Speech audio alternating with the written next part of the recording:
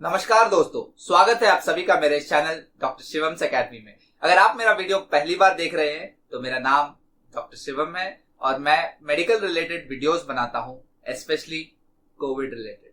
दोस्तों, आज के दिन देश भर के सभी हॉस्पिटल्स में सख्त कमी है हॉस्पिटल बेड्स की, ऑक्सीजन की एंड वेंटिलेटर्स की। तो आप लोगों को इस वर्स्ट केस सिनेरियो के लिए प्रिपेयर्ड रहना होगा कि अगर आपको कोविड 19 पॉजिटिव आ जाता है या अगर आपके परिवार में किसी को कोविड 19 पॉजिटिव आ जाता है या फिर अगर आपके दोस्तों में किसी को कोविड पॉजिटिव हो जाता है तो चांसेस है कि आपको हॉस्पिटल बेड ना मिले। ऐसे केसेस में आपको मजबूरन उन्हें अपने घर पर ही रखना पड़ेगा और उनकी ट्रीटमेंट घर पर ही करनी पड़ेगी। इस वीडियो में मैं आप सभी को कोविड 19 की होम ट्रीटमेंट समझाना चाहूंगा step by step in the worst case scenario, जब आपको कोई भी हॉस्पिटल में हॉस्पिटल बेड ना मिले या अगर आपको किसी भी डॉक्टर से कंसल्ट करने को ना मिले तो ऐसे में क्या किया जाए। तो अगर आप कोविड 19 पॉजिटिव है या अगर आपके घर में या आपके दोस्तों को किसी को कोविड 19 का इन्फेक्शन हुआ है तो गाइस इस वीडियो के साथ बने रहे। इस वीडियो को बिना स्किप किए या बिना फॉरवर्ड किए अंत तक जरूर देखें।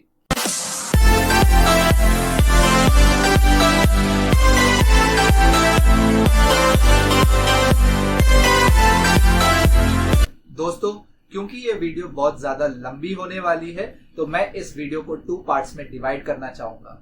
तो आप मुझसे पूछ सकते हैं कि बहुत से ऐसे YouTube चैनल्स है या बहुत से ऐसे वीडियोस है YouTube पे जो आपको 5 से 10 मिनट में ही कोविड 19 की होम ट्रीटमेंट बता देते हैं, then why not watch those videos.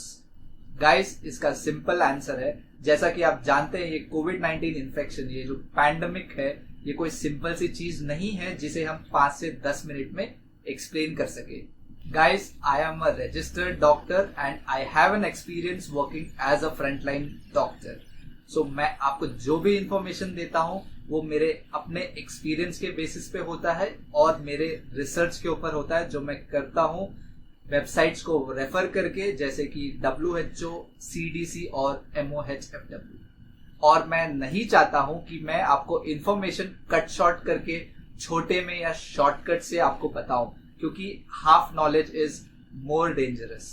इसलिए मैं आपको हर चीज की डिटेल्ड इंफॉर्मेशन देता हूं जो आपके लिए बहुत ज्यादा इंफॉर्मेटिव हो, बहुत ज्यादा बेनिफिशियल हो। तो आप इस वीडियो के दोनों पार्ट्स को जरूर देखें। इस वीडियो में मैं आपको बहुत ही महत्वपूर्ण कुछ इंफॉर्मेशन देने वाला हूं कि जब आप कोविड 19 पॉजिटिव हो जाते हैं तो कैसे आप घर पर ही रह के अपनी ट्रीटमेंट ले सकते हैं, आप ठीक हो सकते हैं होम आइसोलेशन में ही। क्या क्या स्टेप्स फॉलो करने हैं आपको जिससे आप धीरे धीरे ठीक होने लगे, आपको सिम्टोमेटिक रिलीफ मिले। अगर आपको किसी भी तरह का कोमोर्बिडिटी है, जैसे कि डायबिटीज, ब्लड प्रेशर या हार्ट प्रॉब्लम या थायराइड या किसी भी तरह का मेडिकल प्रॉब्लम हो और वो कंट्रोल्ड में है और आपके हैबिट्स हेल्थी है, तो अगर आप मेरा दिया हुआ इंफॉर्मेशन या जो इंस्ट्रक्शंस मैं आपको देने वाला हूं इसका सही तरह से पालन करें तो आप अपने घर पर ही रह के ठीक हो सकते हैं इस कोरोना वायरस के इन्फेक्शन से होम आइसोलेशन में ही। इस वीडियो को मैं डिवाइड करता हूं 4 सेक्शन में, ठीक है। पहला सेक्शन तो ये है कि जब हमें ये पता भी ना हो कि हमारे बॉडी के अंदर SARS-CoV-2 है, जो नोवल कोरोना वायरस का वायरस है, वो हमारे बॉडी में मौजूद है। तो ये प्री डिटरमाइंड फेस हो गया जहां पे हमें वायरस इन्फेक्ट हो चुका है मगर हमें ये पता नहीं है कि वायरस हमारी बॉडी के अंदर आ चुका है। तो ये है फर्स्ट फेस। सेकेंड फेस वो होता है जब हम अपनी कोविड 19 की टेस्ट करवाते हैं, RT-PCR टेस्ट, और उससे हमें पता चलता है कि हमें कोविड 19 इन्फेक्शन पॉजिटिव है और हम डॉक्टर से कंसल्ट करते हैं, मेडिकल एडवाइस लेते हैं। ये एक्टिव मेडिकल फेस भी होता है, यहाँ पर हमें मेडिसिन लेने होते हैं तकरीबन 1 हफ्ते के लिए। उसके बाद आता है फेज 3, यानी कि आखिरी के कुछ दिन जब आप रिकवर होने लगते हैं, आपको रिकवरी समझ आती है। उसके बाद आता है लास्ट और आखिरी फेज यानी कि 4th फेज, जो एक लॉन्ग टर्म रिकवरी का फेज है। इन 4 फेजेस के बारे में मैं आपसे डिस्कस करूंगा, डिटेल में आपको सभी चीज समझाऊंगा एक सरल भाषा में। सबसे पहली चीज, एक वायरल व्हाट्सएप फॉरवर्ड जो बहुत तेजी से फैल रहा है, जिसमें ये कहा गया है कि कर्पूर यानी जो कैम्फर होता है उसके साथ साथ अजवाइन और लौंग को साथ में अगर हम इनहेल करते हैं तो ये कोविड-19 की ट्रीटमेंट में हमारी मदद कर सकता है, आपकी ऑक्सीजन लेवल्स को बढ़ा सकता है। दोस्तों, ये चीज कंप्लीटली फेक है, मिसलीडिंग है, अनसाइंटिफिक है, तो आप इसे घर पर ट्राई ना करें। इससे आपको कोई भी मदद नहीं मिलेगी। तो प्लीज आप इस व्हाट्सएप फॉरवर्ड में दी गई इंफॉर्मेशन को ट्राई मत करें। इससे हो सकता है कि ये आपके बॉडी को या आपके हेल्थ को नेगेटिवली इम्पैक्ट करे, ये आपकी बॉडी के लिए हानिकारक हो सकता है। ये समझ लिया है तो आप साइंटिफिकली प्रूवन टेक्निक्स को भी समझ लीजिए जो एक्चुअल में आपको कोविड-19 की ट्रीटमेंट में मदद करती है। अगर आपके घर में कोई भी कोविड-19 का विक्टिम है तो आप सबसे पहले उन्हें आइसोलेट कीजिए।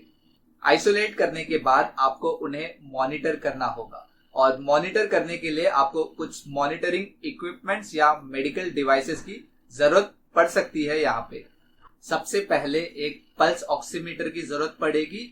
ये पल्स ऑक्सीमीटर एक छोटा सा मेडिकल डिवाइस है, इसे उंगली पर लगाया जाता है और ये पल्स ऑक्सीमीटर आपके ब्लड में ऑक्सीजन सैचुरेशन लेवल को मेजर करता है। अगर आप इस पल्स ऑक्सीमीटर के बारे में ठीक से नहीं जानते हैं या आपको नहीं पता है कि इसके वैल्यूज को कैसे इंटरप्रेट किया जाए, तो गाइस मैंने इसके ऊपर ऑलरेडी एक वीडियो बना के अपलोड किया है मेरे चैनल पे, तो आप उस वीडियो को देख सकते हैं। क्योंकि देखिए, अगर आप इस वीडियो को देख रहे हैं तो हो सकता है कि शायद आप कोविड-19 पॉजिटिव है एंड होम आइसोलेशन में है और आप अभी अपने बिस्तर पर लेटे हो और लेट कर इस वीडियो को देख रहे हैं।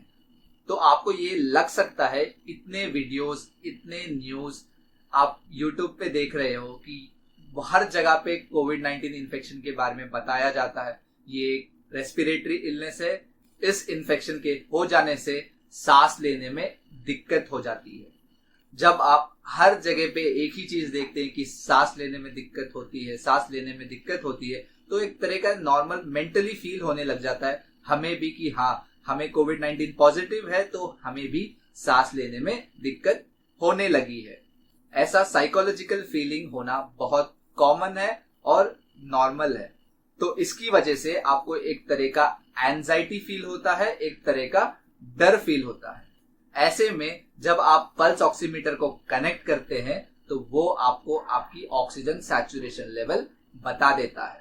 95% के ऊपर है तो ये नॉर्मल है। इससे आपको ये पता चल जाता है कि आपको एक्चुअल में ऑक्सीजन सैचुरेशन की कमी है और आपको सांस लेने में तकलीफ है, या बस ये एक तरह का साइकोलॉजिकल फीलिंग है। इस चीज को समझने के लिए आपको पल्स ऑक्सीमीटर बहुत ज्यादा जरूरी है। इसके अलावा एक थर्मोमीटर टेम्परेचर मेजर करने के लिए, ग्लव्स उस इंसान के लिए जो केयर करेगा उस कोविड-19 विक्टिम की, मास्क हर किसी के पास होना चाहिए, चाहे वो पेशेंट हो या आप हो, सभी को मास्क पहनना चाहिए। एंड देन गार्बेज डिस्पोजेबल बहुत इंपॉर्टेंट है, गार्बेज को सही तरह से डिस्पोज करना, उसके लिए गार्बेज डिस्पोजेबल बैग्स आते हैं, उसका इस्तेमाल करें। मोस्ट इंपॉर्टेंटली आप अपने हाथों को साफ करें 20 से 25 सेकंड के लिए पानी और साबुन से, और आप सैनिटाइजर का भी इस्तेमाल करें। हो सके तो एक सेपरेट टॉयलेट कोविड-19 के मरीज के लिए, जिस रूम में कोविड-19 का मरीज रहेगा उस रूम के फैंस को ऑन रखें, खिड़कियां खुले रखें। वेंटिलेशन बहुत ज्यादा जरूरी है। ये सारी चीजें इसलिए करी जा रही है कि ये इन्फेक्शन बाकी लोगों तक नहीं पहुंचे, नहीं फैले। इस बात का ध्यान दें कि एक पल्स ऑक्सीमीटर और एक थर्मोमीटर बहुत ज्यादा जरूरी है जो एक कोविड-19 पेशेंट को मॉनिटर करेगी। जब भी आप इस पल्स ऑक्सीमीटर का इस्तेमाल करें तो आप ध्यान दें कि आप इसे यूज करने से पहले एक कपड़े से इसको वाइप कर दे, ताकि जो रीडिंग्स आएगी वो एक्यूरेट होगी। एक सिंपल सी टेबल बना लीजिएगा डेटा रिकॉर्ड करने के लिए। कंप्यूटर या लैपटॉप पे आप एक्सेल पे बना सकते हैं, या फिर आप अपने हाथों से ही एक पेपर पर लिख सकते हैं। 3 चीजों को आपको मेजर करनी है। पहली है ऑक्सीजन सैचुरेशन, दूसरी पल्स, तीसरी थर्मोमीटर से आने वाली टेम्परेचर की रीडिंग। तो दोस्तों आइए जानते हैं फेजेस के बारे में। तो सबसे पहला फेज है फेज नंबर 1। ये फेज बहुत ज्यादा इंपॉर्टेंट है और सबसे ज्यादा डेंजरस होता है ये फेज नंबर 1। ये तब होता है जब हमें पता भी नहीं होता कि हमारे अंदर वायरस आ चुका है और हम इस वायरस को लेके इधर उधर घूमते रहते हैं। और यही एक फेज है जहां पर हम ज्यादा से ज्यादा इन्फेक्शन को स्प्रेड करते हैं। और ये किसी की गलती नहीं है, क्योंकि देखिए जब इन्फेक्शन के पहले कुछ दिन होते हैं, यानी कि जो इनिशियल डेज होते हैं, उसमें आपको पता भी नहीं चलता है कि आपको इन्फेक्शन हो चुका है, आपके अंदर वायरस आ चुका है। ये जो इन्फेक्शन है वो बहुत से लोगों पे उतना सिम्टम्स नहीं दिखाता है, यानी कि कुछ लोग एसिम्टोमेटिक हो सकते हैं या लेस या मिनिमली सिम्टोमेटिक हो सकते हैं। नॉर्मली पहले के कुछ 2-3 दिनों में आपको सबसे पहले आपके गले में दर्द शुरू हो जाता है और धीरे धीरे आपको बुखार आने लगता है। एक तरह का फीवरिश फीलिंग आता है, जैसे कि आपको फीवर आने से पहले या बुखार आने से पहले जो फीलिंग आती है वो। इन सिम्टम्स को लोग यूजुअली कॉमन फ्लू समझकर इग्नोर कर देते हैं, और जब वो बाहर जाते हैं और लोगों से मिलते हैं तो चांसेस है कि वो इस इन्फेक्शन को दूसरों को स्प्रेड करते हैं। तो ये बहुत ज्यादा इंपॉर्टेंट फेज है और इस फेज में ज्यादातर लोग इस वायरस को स्प्रेड करते हैं, और इसी कारण ये वायरस 1 से 5 लोगों में स्प्रेड होता है। ये फेज यूजुअली 3 से 5 दिन का होता है, and by the end of 5 days यानी 5वें दिन तक आपका जो वायरल लोड होता है वो बहुत ज्यादा इंक्रीज हो जाता है। जब आप टेस्ट कराते हैं कोविड-19 का, यानी कि आप आरटीपीसीआर का टेस्ट करवाते हैं और आपका रिपोर्ट ये बताता है कि आपको कोविड-19 इन्फेक्शन पॉजिटिव हो, तो सबसे पहले जो चीज आपको करनी है वो ये है कि आपको अपने आप को आइसोलेट करना है। गाइस, पहला फेज हो गया, और इस फेज में आप जितनी जल्दी डिसीजन लेते हैं उतना जल्दी आप इस वायरस को स्प्रेड होने से रोक सकते हैं। अगर आपके घर पे कोई बुजुर्ग है या कोई बड़े हैं और अगर उन्हें किसी भी तरह का मेडिकल प्रॉब्लम हो या कोई कोमोडिटी हो, जैसे कि डायबिटीज, बीपी, थायराइड या इवन हार्ट प्रॉब्लम, तो अगर उन्हें इन्फेक्शन स्प्रेड हो जाता है तो उनको जो इन्फेक्शन की जो सिवियरिटी है वो बहुत ज्यादा होती है, बहुत ज्यादा रिस्की होते हैं, वो बहुत ज्यादा डेंजरस होता है। इसलिए आप डिले मत कीजिएगा, आप वेट मत कीजिएगा, क्योंकि चांसेस है कि आप नोइंगली या अननोइंगली इस वायरस को स्प्रेड कर सकते हैं दूसरों को। दोस्तों अभी का ही टाइम ले लीजिए, जहां पर केसेस दिन ब दिन बढ़ते जा रहे हैं। ऐसे में अगर आपको फीलिंग आए फीवर की या किसी भी तरह का कोविड-19 का सिम्टम हो तो आप इमीडिएटली टेस्ट करवाएं। और अगर आपको टेस्ट नहीं करवाना है तो आप अपने आप को होम आइसोलेट कर लीजिए। अपने आप को दूसरे लोगों से आइसोलेट करने के बाद आप देखिए, आप वॉच कीजिए अपने सिम्टम्स को। अगर ये सिम्टम्स 2 से 3 दिन तक रह जाते हैं तो आप टेस्ट जरूर करवाएं, और उसके साथ साथ आप ट्रीटमेंट भी स्टार्ट कीजिए।